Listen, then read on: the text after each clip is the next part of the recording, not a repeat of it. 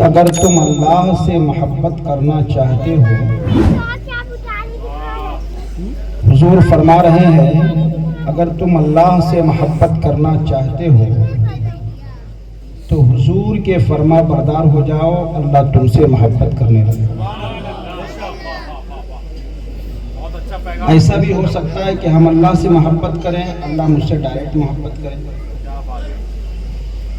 مگر قرآن کریم کا مفہوم یہ ہے تم اللہ سے محبت کرنا چاہتے ہو تو نبی کے فرما بردار ہو جاؤ تو اللہ تم سے محبت کرنے لگے گا۔ محترم و معزز سامعین کرام، آج کی اس محفل میں یہ تو ابھی شروع ہے اور میں یہ سمجھتا ہوں کہ آج کی جو یہ محفل ہے اور اس سال کی جو محفل ہے سب سے خاص محفل ہے۔ کیوں یہ بات صحیح ہے؟ قاری صاحب قبلہ بتا رہے ہیں کہ جتنے ہم اور آپ بیٹھے ہیں کوئی گارنٹی کے ساتھ نہیں کہہ سکتا کہ 1600 محفل میلاد رسول جو ہوگا یوم ولادت اس میں ہم رہیں یا نہ رہیں۔ تو آج کی رات یہ ہم طے کر لیں کہ آج کی رات ہماری مصطفیٰ کے نام ہے۔ جتنی دیر محفل ہوگی اتنی دیر بیٹھیں گے اور سنیں گے۔ کیوں سنیں گے؟ اس لیے سنیں گے کہ جب نبی کا ذکر سنیں گے تو پھر رب کی محبت مل جائے گی اور رب خوش ہوتا ہوا نظر آئے گا۔ اب چاہے رات گزرتی چلی جائے اور ہمارے مہمان آتے چلے جائیں گے اور ہم سنتے چلے جائیں گے، کیونکہ عنقریب نعت خوان مصطفیٰ سب لوگوں کی پسند دانش رضا قادری بہت جلد آنے والے ہیں۔ میرے بعد آپ ان سے بھی سماعت کریں گے۔ پھر علامہ الحاج اکبر حسین صاحب قبلہ بھی آنے والے ہیں اور ہمارے آخری مقرر حضرت علامہ مولانا غلام عاصم مصباحی صاحب قبلہ بہت جلد تشریف لانے والے ہیں۔ وہ بھی جلد کا مطلب کیا؟ آخری کا جو وقت رہے گا اسی وقت میں آئیں گے، وہ بھی تشریف لانے والے ہیں۔ اور ہم یہ عہد کر کے بیٹھے کہ آج ہمیں سننا ہے تو سننا ہے۔ میں یہ کہتا ہوں کہ یہاں پر جتنے سننے والے ہیں کسی کا گھر بہت 10 کلومیٹر 20 کلومیٹر دور نہیں ہے۔ سننا ہے تو آپ محفل میں آ کر سنیے، 2 قدم پہ تو ہمارے گھر کا فاصلہ ہے۔ میں یہ سمجھتا ہوں کہ اگر آج کی رات بھی ہم نہیں سنیں گے تو ہم کب سنیں گے؟ کب سنیں گے؟ مسجد میں ہم سنیں یا نہ سنیں آپ کو کوئی بولنے نہیں جائے گا، مگر کم از کم یہ ہمارے ایمان کا حصہ ہونا چاہیے کہ نبی کا ذکر ہو تو ہم سننے کے لیے اپنے محلے کے باہر میں ہو رہا ہے تو ضرور ہم آ جائیں سننے کے لیے۔ آئیے بلا تاخیر بس تھوڑی دیر کے لیے سامنے میں آپ کے سامنے حاضر خدمت آیا۔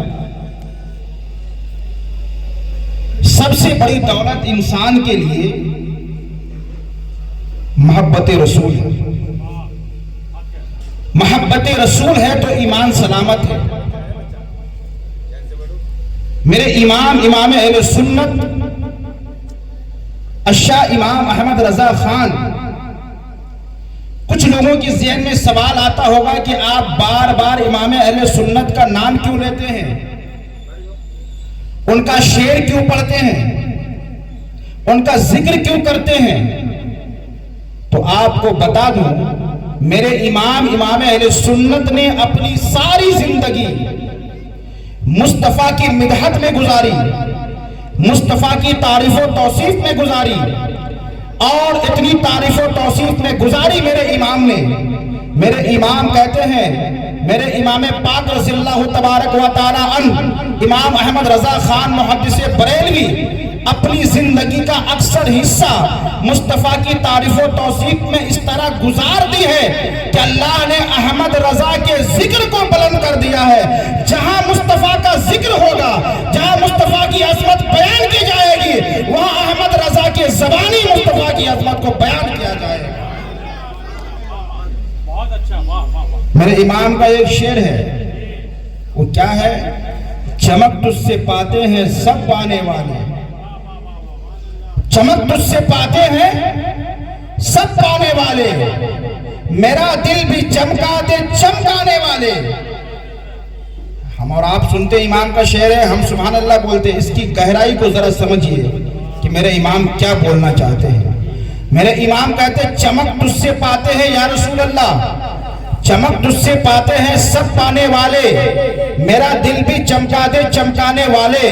یا رسول اللہ آپ سے چمک پائے آدم تو چمک گئے، آپ سے چمک پائے شیش تو چمک گئے، آپ سے چمک پائے نوح تو چمک گئے، آپ سے چمک پائے ابراہیم تو چمک گئے، آپ سے چمک پائے اسماعیل تو چمک گئے، آپ سے چمک پائے حضرت اسحاق تو چمک گئے، آپ سے چمک پائے موسیٰ تو چمک گئے، آپ سے چمک پائے ہارون تو چمک گئے، آپ سے چمک پائے حضرت عیسیٰ تو چمک گئے، آپ سے چمک پائے ابوبکر صدیق تو چمک گئے، آپ سے چمک پائے عمر ابن خطاب تو چمک گئے، آپ سے چمک پائے حضرت عثمان تو چمک گئے، آپ سے چمک پائے مولا کائنات تو چمک گئے، آپ سے چمک پائے سارے اصحاب تو چمک گئے، آپ سے چمک پائے ازواج مطہرات تو چمک گئے، آپ سے چمک پائے اہل بیت اطہار تو چمک گئے، آپ سے چمک پائے تابعین تبع تابعین تو چمک گئے، آپ سے چمک پائے غوث الاعظم تو چمک گئے، آپ سے چمک پائے غریب نواز تو چمک گئے، آپ سے چمک پائے مخدوم سنہ تو چمک گئے، آپ سے چمک پائے وارث دیوا تو چمک گئے، آپ سے چمک پائے امام احمد رضا تو چمک گئے، آپ سے چمک پائے حضرت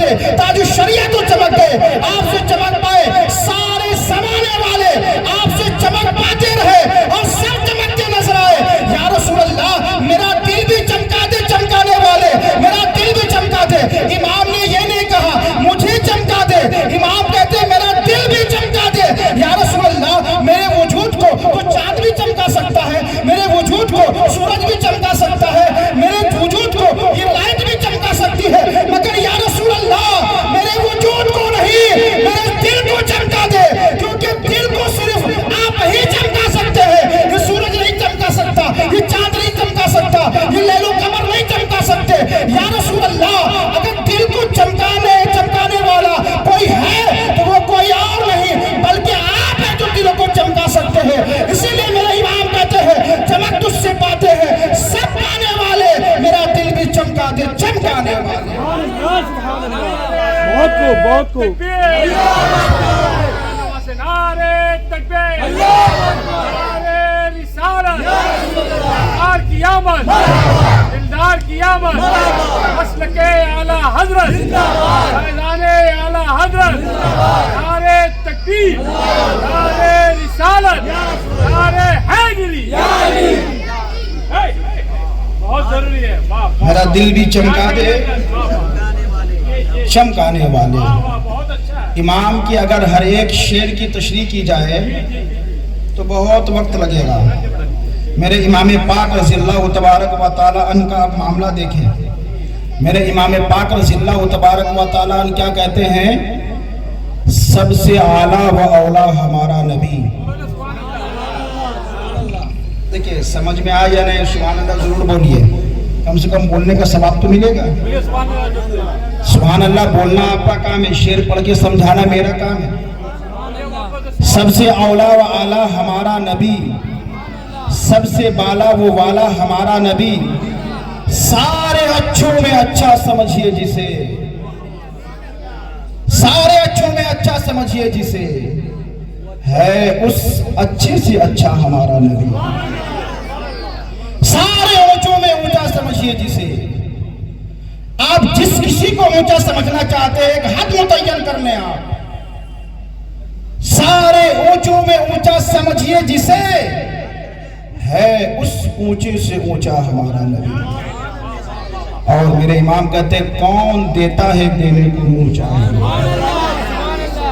کون دیتا ہے دینے کو منہ چاہیے، دینے والا ہے سچا ہمارا نبی، دینے والا ہے سچا ہمارا نبی۔ محترم و معزز سامعین کرام، آپ میرے آقا صلی اللہ تعالیٰ علیہ وآلہ وسلم کی شان سننے کے لیے بیٹھے ہیں، اس سے دل اور اس سے ایمان تازہ ہوتا ہے۔ نبی کی محبت عین ایمان ہے، جس سینے میں نبی کی محبت نہیں سب کچھ بیکار ہے۔ سب بیکار ہے. یہ تو میں اپنی زبان سے نہیں کہہ رہا ہوں، یہ قرآن کہہ رہا ہے. قرآن کہہ رہا ہے. آپ قرآن اٹھا کر دیکھیں، اللہ نے فرمایا اللہ کی اطاعت کرو، مصطفیٰ کی اطاعت کرو. اللہ کی اطاعت کرو، مصطفیٰ کی اطاعت کرو. اگر کوئی انسان یہ سوچے کہ ہم کسی ایک کی اطاعت پر اکتفا کر لیں تو یہ نہیں ہو سکتا. نہیں ہو سکتا. کس اعتبار سے؟ کہ اگر انسان چاہے کہ ہم صرف اللہ کی اطاعت کریں تو یہ ہو ہی نہیں سکتا. نہیں ہو سکتا. یہ کیوں نہیں ہو سکتا؟ کیوں؟ اس وجہ سے کہ صرف اللہ کی اطاعت پہ کوئی اکتفا کرے تو وہ اللہ کی اطاعت نہیں مانی جائے گی. کیوں؟ کہ قرآن کہہ رہا ہے اللہ کی اطاعت کرو، مصطفیٰ کی اطاعت کرو. مگر جب اللہ تبارک و تعالیٰ نے مصطفیٰ کی اطاعت کے بارے میں کہا کہ مصطفیٰ کی اطاعت کرو، تو پھر رب نے کیا کہا؟ جس نے مصطفیٰ کی اطاعت کی اس نے اللہ کی اطاعت کر لی. کیسے کر لی؟ دیکھیے، میرے آقا صلی اللہ تعالیٰ علیہ وآلہ وسلم مکہ سے مدینہ ہجرت فرما رہے ہیں. مکہ سے مدینہ ہجرت فرما رہے ہیں، اور حضور جب اپنے گھر سے باہر جانے والے ہیں تو حضور کے گھر کو کافروں نے گھیر لیا کہ جیسے ہی محمد ابن عربی نکلیں گے انہیں پکڑ لیں گے. میرے آقا کے پاس بہت ساری امانتیں تھیں، لوگوں کے ساز و سامان تھے. میرے آقا نے کہا مولا علی سے، اے مولا علی، اے علی، یہ امانتیں آپ لیں، اور لینے کے بعد صبح یہ امانتیں آپ لیں، اور لینے کے بعد جو ہے آپ یہ امانتیں لیں، کل صبح میں آپ یہ امانتیں لوگوں کو دے کر مدینے آ جائیے گا. مدینے آپ آ جائیں گے، ٹھیک ہے. اور میرے آقا حضرت ابو بکر صدیق کے ساتھ ہجرت کر رہے ہیں. جب میرے آقا اپنے گھر سے نکلے، سامنے کفار ہیں. میرے آقا نے اپنے ہاتھ میں مٹی اٹھائی، اور اٹھانے کے بعد اس میں کچھ پڑھ کے پھونکا اور کفار کے چہرے پر پھینک دیا اور حضور نکل گئے. اے قرآن، اب یہ بتا، یہ مٹی جو پھینکا کس نے پھینکا؟ تو قرآن کہے گا وَمَا رَمَيْتَ إِذْ رَمَيْتَ وَلَكِنَّ اللَّهَ رَمَا. اے دنیا والو سن لو، یہ مٹی مصطفیٰ نے جو پھینکی ہے، مصطفیٰ نے نہیں پھینکی بلکہ اللہ نے مٹی پھینکی ہے. اسی لیے جو مصطفیٰ کی اطاعت کرے گا وہ اللہ کا اطاعت کرنے والا شمار کیا جائے گا.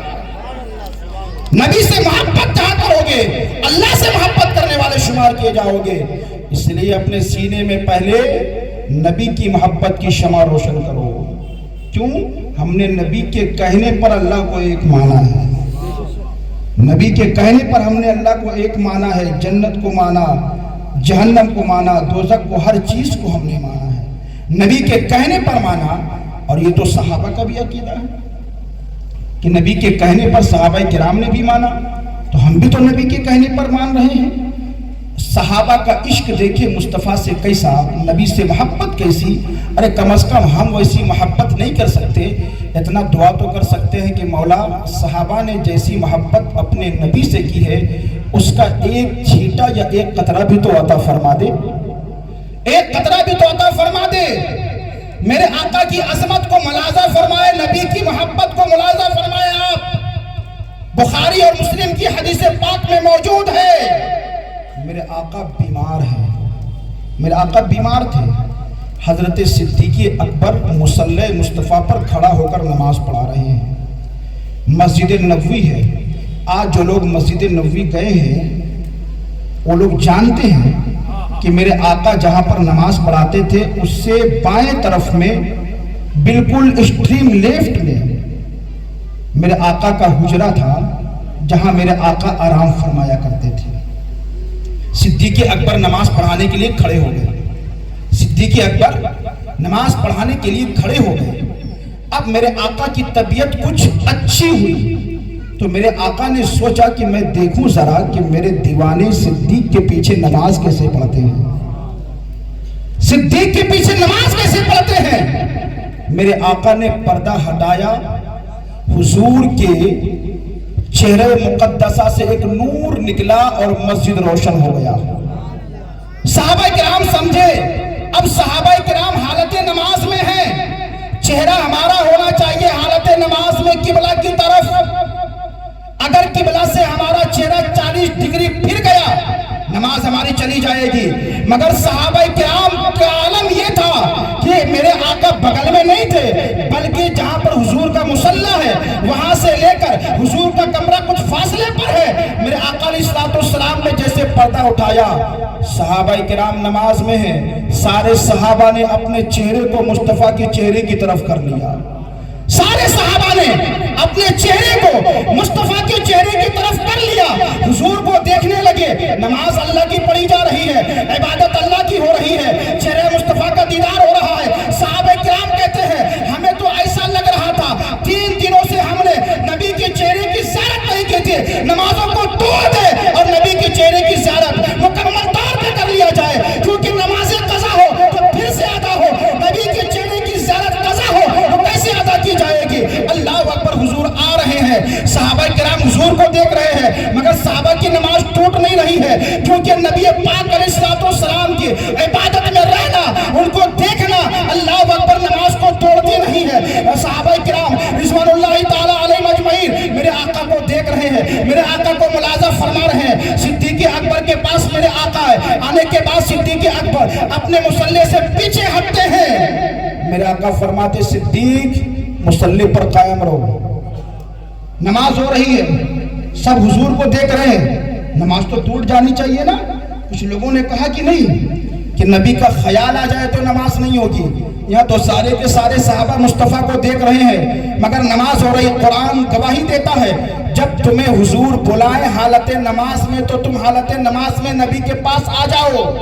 پھر نبی تمہیں کہیں جانے کے لیے کہے، بازار جانے کے لیے کہے، سامان لانے کے لیے کہے، تم بازار چلے گئے، سامان لے کر آ گئے۔ اب آنے کے بعد سوال ہوتا ہے کہ میں نے 2 رکعت پڑھی تھی، حضور نے مجھے بلا لیا تھا، میں بازار چلا گیا، سامان لے کر آیا حضور کے کہنے پہ، تو اب نماز کہاں سے پڑھی جائے؟ نماز شروع سے پڑھی جائے یا پھر نماز وہیں سے پڑھی جائے؟ تو حکم دیا گیا ہے نماز شروع سے پڑھنے کی ضرورت نہیں ہے، نماز وہیں سے پڑھو، کیونکہ جب تک تم مصطفیٰ کے حکم میں تھے، مصطفیٰ کی اطاعت میں تھے، اللہ کی اطاعت میں تھے، اور تمہاری نماز اللہ قبول فرما رہا تھا۔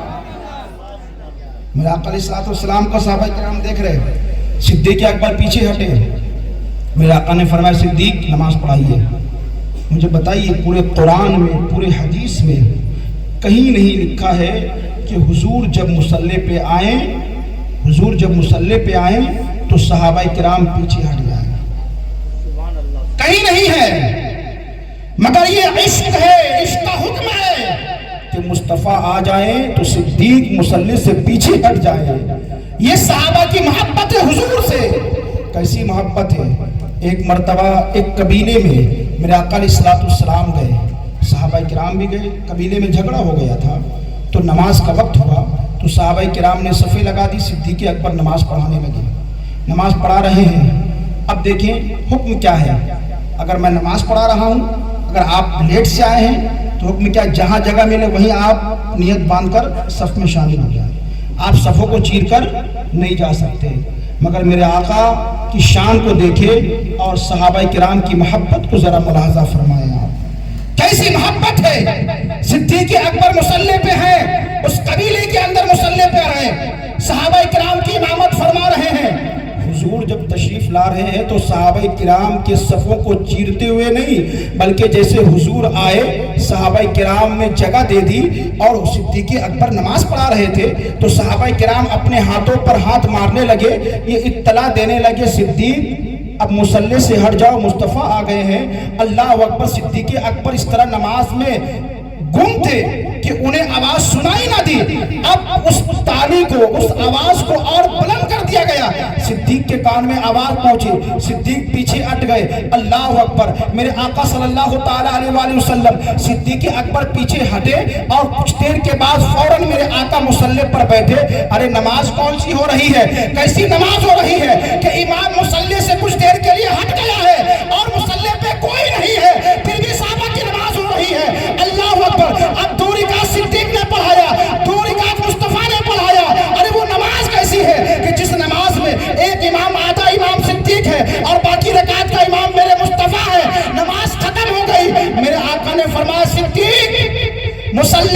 کیوں ہٹے؟ یہ تو شریعت میں کہیں موجود نہیں ہے، یا نبی نے کہیں نہیں کہا ہے کہ صدیق میں آ جاؤ تو مصلی سے ہٹ جانا۔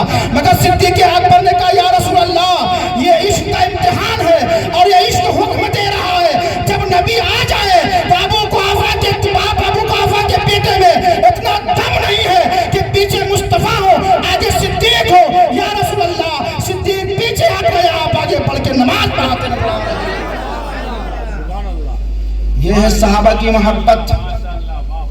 نماز اللہ کی ہو رہی ہے، دیدار مصطفیٰ کا ہو رہا ہے، اس لیے اپنے سینے میں نبی کی محبت پیدا کریں۔ میں یہ بار بار اس بات پر زور کیوں ڈالتا ہوں کہ سینہ نبی کی محبت سے خالی ہے تو عبادت آپ کی رائے گاہ چلی جائے گی۔ اس لیے ڈالتا ہوں کہ نبی کی محبت کے بغیر اگر عبادتیں کرو گے، سارے اعمال کرو گے، کچھ بھی اللہ کی بارگاہ میں قبول نہیں ہوگا۔ کیوں؟ پروردگار عالم تو بے نیاز ہے، تمہاری عبادت کی ضرورت کیا ہے اسے؟ وہ تو چاہتا ہے کہ تم نبی سے محبت کرنے لگو، اس کے محبوب سے محبت کرنے لگو تو وہ بھی تجھ سے محبت کرنے لگے گا۔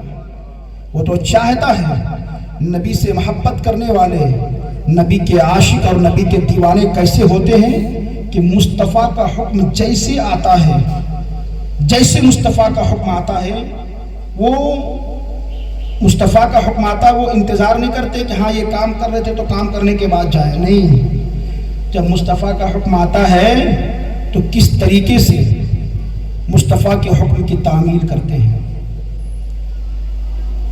میرے آقا علیہ السلام نے بلال کے ذریعہ ندا لگائی، آواز لگائی، اے میرے صحابہ جنگ کے لیے تیار ہو جاؤ، جنگ کے لیے تیار ہو جاؤ۔ ایک بہت ہی حضور کے پیارے صحابی غسیل الملائکہ حضرت حنظلہ، پہلی رات شادی کی، پہلی رات شادی کی ہے اور اپنی وائف کے ساتھ وظیفہ زوجیت ادا کر رہے ہیں۔ جیسے حضور کا حکم آیا فوراً الگ ہو گئے اور فوراً اسی وقت نبی کے حکم پر باہر نکل گئے۔ میں نے کہا غسل تو کر لیا جائے، بولے نبی کا حکم آیا اور غسل کریں گے تاخیر ہو جائے گی، اس لیے غسل بھی نہیں کروں گا۔ جنگ میں گئے، جانے کے بعد جنگ ہوئی، جب جنگ ختم ہو گئی سارے صحابہ کی لاشوں کو اکٹھا کیا جا رہا ہے، سارے صحابہ کی لاش مل گئی مگر ایک کی لاش نہیں مل رہی ہے۔ سارے صحابہ کا یا رسول اللہ سب کی لاشیں مبارک تو مل گئی مگر حضرت حنظلہ کی لاش نہیں مل رہی ہے۔ ظاہر سی بات ہے، بڑی تعجب کی بات تھی، سارے کی لاشیں مل گئی اور حضرت حنظلہ کی لاش نہیں مل رہی ہے۔ میرے آقا غیب دان نبی، میرے آقا فرماتے ہیں میرے اصحاب گھبرانے کی ضرورت نہیں ہے، حنظلہ میرے حکم کی تعمیل میں اتنی جلدی کیا کہ وہ غسل جنابت بھی نہ کر سکا تو فرشتے اسے زمین سے اٹھائے ہیں، آسمان پر لے کر گئے ہیں، انہیں غسل دیا جا رہا ہے اور آسمان پر غسل دینے کے بعد فرشتے اسے زمین پر لے کر آ رہے ہیں۔ سارے صحابہ نے اپنی آنکھوں سے دیکھا حضرت حنظلہ کا انتقال زمین پر ہوا ہے، غسل آسمان میں دیا گیا ہے۔ یہ شان نبی سے محبت کرنے والوں کے آسمان پر غسل دیا گیا ہے، جسم سے وہ پانی کے قطرے ٹپک رہے ہیں، اسے حضرت حنظلہ کو غسیل الملائکہ یعنی جنہیں فرشتوں نے غسل دیا ہے ان کو لقب سے نواز کیا گیا ہے۔ نبی کی محبت ہے یہ کہ فرشتے انہیں زمین سے اٹھا کر لے کر جا رہے ہیں غسل دلانے کے لیے۔ اس لیے نبی کی محبت عین ایمان ہے، نبی کی محبت، نبی تو عالم صلی اللہ تعالیٰ علیہ وآلہ وسلم کی محبت عین ایمان ہے۔ میرے آقا صلی اللہ تعالیٰ علیہ وآلہ وسلم کے ایسے ایسے دیوانے ہیں۔ آج تو ہمیں نبی سے محبت میں کوئی پریشانی نہیں ہے، کوئی کٹھنائی نہیں ہے، مگر پھر بھی نبی سے ہماری محبت ویسی نہیں ہے جیسے ہونی چاہیے۔ اب ایک آخری بات آپ سماعت کر لیں، میرے آقا صلی اللہ تعالیٰ علیہ وآلہ وسلم سے جو محبت کرتا ہے اس کا مقام کتنا بلند ہو جایا کرتا ہے، کتنا بلند ہو جاتا ہے۔ ایک بہت بڑے صحابی، بلکہ اس سے پہلے آپ اس کو بھی سماعت کر لیں، ایک یہودی بچہ ہے یہودی بچہ ہے، نبی کے چہرے کو اس نے دیکھ لیا ہے، نبی کے چہرے کو اس نے دیکھ لیا، اب دل بے قرار بے چین رہتا ہے، اسی غم میں بیمار ہو گیا۔ بیمار ہونے کے بعد اپنے باپ سے کہتا ہے، اب جسے اس کی روح قبض ہونے والی ہے، اس کی روح قبض ہونے والی، ایسا لگ رہا تھا کہ اب وہ مر جائے گا۔ اللہ اکبر۔ باپ نے کہا بیٹا کیا ہے؟ کہا اپنے باپ سے ایک تمنا ہے کہ مدینے والے سرکار کی زیارت کرا دی، مدینے والے سرکار کی زیارت کرا دی جائے۔ ادھر حضور کو خبر پہنچ گئی، یا رسول اللہ ایک یہودی بچہ ہے جو آپ کے عشق میں تڑپ رہا ہے۔ حضور اپنے اصحاب کو لیے اس کے گھر پہنچ گئے، گھر پہنچے، بے ہوش تھا، ایسا لگ رہا تھا کہ بے ہوش ہے، ایسا لگ رہا تھا بے ہوش ہے، بلکہ یہ کہا جائے ایسا لگ رہا تھا کہ روح تو پرواز ہو چکی تھی، مصطفیٰ گئے تو روح کو واپس پلٹا دیا گیا ہے۔ اب آنکھیں کھولی، باپ نے کہا بیٹا تم جس کی تمنا کر رہے تھے وہ تمہارے سامنے آ گئے ہیں، اصحاب کی موجودگی میں حضور ہیں۔ اور اس کے بعد میرے آقا فرماتے ہیں میرے دیوانے بتاؤ، وہ کہتا ہے یا رسول اللہ کلمہ پڑھا کر مجھے مسلمان بنا دیا جائے۔ اب میرے آقا نے کلمہ پڑھایا، مسلمان بنا دیا، فوراً اس کی روح قفص عنصری سے پرواز کر گئی۔ صحابی ہے، اللہ اکبر، کیسے صحابی ہے؟ نماز نہیں ہے، روزہ نہیں ہے، حج نہیں ہے، زکوٰۃ نہیں ہے، کوئی بھی اعمال پاس میں نہیں ہے، کیونکہ ابھی فوراً صحابی بنے ہیں، فوراً روح قبض کر لی گئی ہے۔ اور یہ کیسے صحابی ہے کہ غوث اعظم بھی ان کے مقام تک نہیں پہنچ سکتے ہیں، بڑے بڑے اولیاء ان کے مقام تک نہیں پہنچ سکتے ہیں، کیونکہ عبادتوں سے صحابی نہیں بنا جاتا ہے، مصطفیٰ کے نگاہ کو دیکھ کر بنا جاتا ہے۔ جس نے مصطفیٰ کے نگاہ کو دیکھا ہے، ایمان لے کر آیا ہے، اسے ایمان پر دنیا سے چلا گیا، اسے صحابی کہا جاتا ہے۔ اللہ اکبر۔ اب میرے آقا کو جب اس یہودی کے باپ نے دیکھا تو کہا یا رسول اللہ اب یہ آپ کی امانت ہے، آپ لے کر جائیں، اب ہم انہیں اپنے مذہب کے مطابق تدفین نہیں کریں گے، اب آپ کی امانت ہے، آپ لے کر جائیں۔ اللہ اکبر۔ جنازے کی نماز ہوئی، صحابہ کرام کا جمع غفیر لگا ہوا ہے، میرے حضور اس کی قبر میں اترے ہیں، حضور قبر میں اترے ہیں، ذرا اندازہ لگائیں حضور قبر میں اترے ہیں۔ آج اگر کسی کی قبر میں حضور صرف جلوہ دکھا دے تو قبر اس کی جنت بن جائے، جلوہ دکھا دے تو قبر جنت بن جائے، اور جس کی قبر میں حضور خود اترے ہو اس کی شان کا عالم کیا ہوگا۔ میرے آقا قبر میں اترے ہیں، اپنے پاؤں کو کچھ فاصلے پر اٹھا اٹھا کر رکھ رہے ہیں، اور میرے آقا صلی اللہ تعالیٰ علیہ وآلہ وسلم جب اسے تدفین کر کے باہر آئے، صحابہ کرام کہتے ہیں یا رسول اللہ آپ اپنے قدموں کو اٹھا اٹھا کر کیوں چل رہے تھے؟ میرے آقا نے فرمایا سنو، یہ میرا ایسا صحابی دنیا سے گیا ہے، میری محبت میں گیا ہے، میرا عشق میں گیا ہے کہ اللہ تبارک و تعالیٰ نے فرشتوں کو زمین پر بھیج دیا ہے، جنت کی حوروں کو زمین پر بھیج دیا ہے، جنت کی حوریں آ کر اللہ اکبر ان کے چہرے کو دیکھ کر جا رہی تھی، تو میں تو فرشتوں کو بھی دیکھ رہا تھا، میں تو حوروں کو بھی دیکھ رہا تھا، اس لیے میرے قدم رکھنے کی جگہ نہیں تھی، اس لیے میں قدموں کو اٹھا اٹھا کر رکھ رہا تھا۔ پتا چلا جو نبی کی محبت میں مرتا ہے، جو نبی کے عشق میں مرتا ہے، اللہ تبارک و تعالیٰ اسے زندگی جاویدانی عطا فرما دیا کرتا ہے۔ وہ ظاہر تو مر جاتا ہے مگر ہمیشہ کے لیے اس کے نام کو زندہ فرما دیا کرتا ہے، ہمیشہ کے لیے زندہ ہو جاتا ہے جو نبی کی محبت میں، نبی کے عشق میں مرا کرتا ہے۔ اس لیے سب سے محبت کی کیفیت الگ ہے، ماں باپ سے محبت کی کیفیت الگ ہے، مگر جو محبت کی کیفیت نبی سے ہونی چاہیے وہ محبت کی کیفیت اور کسی سے نہیں ہونی چاہیے۔ کیوں؟ اس لیے کہ ماں باپ کا ساتھ مرنے تک، قبر میں مٹی دینے تک ہے، مصطفیٰ کا ساتھ، مصطفیٰ کا ساتھ یہاں بھی ہے، مرنے کے بعد قبر میں بھی مصطفیٰ کا ساتھ ہے، قبر میں بھی تو مصطفیٰ کا ساتھ ہے نا۔ تو ہماری محبت کا سب سے زیادہ حقدار کون ہے؟ نبی دو عالم علیہ السلام کی ذات بابرکات ہے، اس لیے نبی سے خود بھی محبت کریں۔ کیوں؟ میرے آقا علیہ السلام نے اس امت کے بارے میں فرمایا سب سے عجیب ایمان، عجیب و غریب ایمان اس کا ہے جس نے مجھے نہیں دیکھا اور میرے اوپر ایمان لے کر آیا ہے۔ یہ ہم اور آپ ہیں، اور حضور نے ایک دو مرتبہ نہیں 7 مرتبہ مبارکبادی پیش فرمائی ہے۔ طوبیٰ لمن رآنی، 7 مرتبہ حضور نے مبارکبادی پیش کی ہے کہ جس نے مجھے نہیں دیکھا پھر بھی ایمان لے کر آیا، حضور نے 7 مرتبہ مبارکبادی دی ہے۔ اس لیے میرے مسلمان بھائیوں، نوجوان ساتھیوں، اپنے ایمان کو مضبوط کرنے کی ضرورت ہے، نبی سے رشتہ مضبوط کرنے کی ضرورت ہے۔ جب نبی سے رشتہ مضبوط ہو جائے گا، نبی سے محبت اور بڑھتی چلی جائے گی، تو نبی کی محبت میں انسان وہ مقام پا لیتا ہے۔ نبی کی محبت میں بلال نے وہ مقام پا لیا کہ خانہ کعبہ لوگ دیکھنا چاہتے ہیں، میرے آقا کی محبت میں بلال اس قدر گم ہو گئے کہ خانہ کعبہ بھی بلال کے قدموں کے نیچے نظر آ رہا ہے۔ یہ نبی کی محبت ہی تو ہے کہ خانہ کعبہ بلال کے قدموں کے نیچے نظر آ رہا ہے۔ اپنی اولاد کو سب کچھ سکھائیں، ساری تعلیم دیں، مگر سب سے پہلے نبی کی محبت سکھا دیں۔ جب نبی کی محبت سکھا دیں گے پھر وہ کہیں گمراہ نہیں ہوگا، کہیں بھٹکے گا نہیں، اس کا راستہ مختلف نہیں ہوگا۔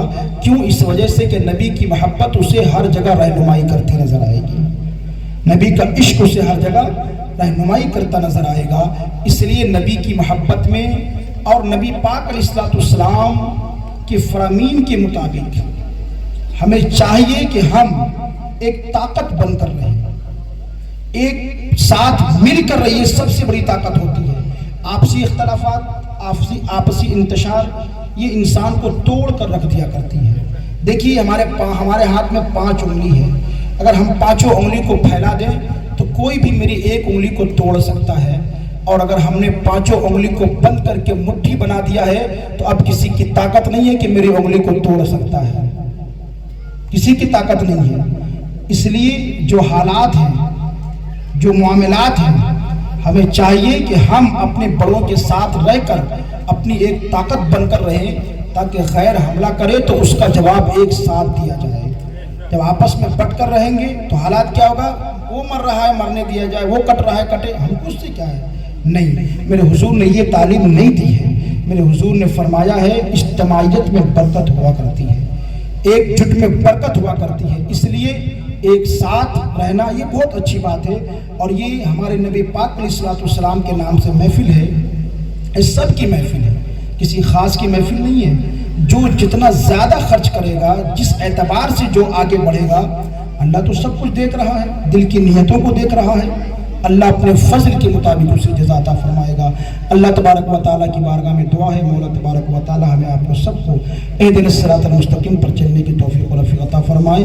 وما علینا الا البلاغ۔ السلام علیکم ورحمۃ اللہ وبرکاتہ۔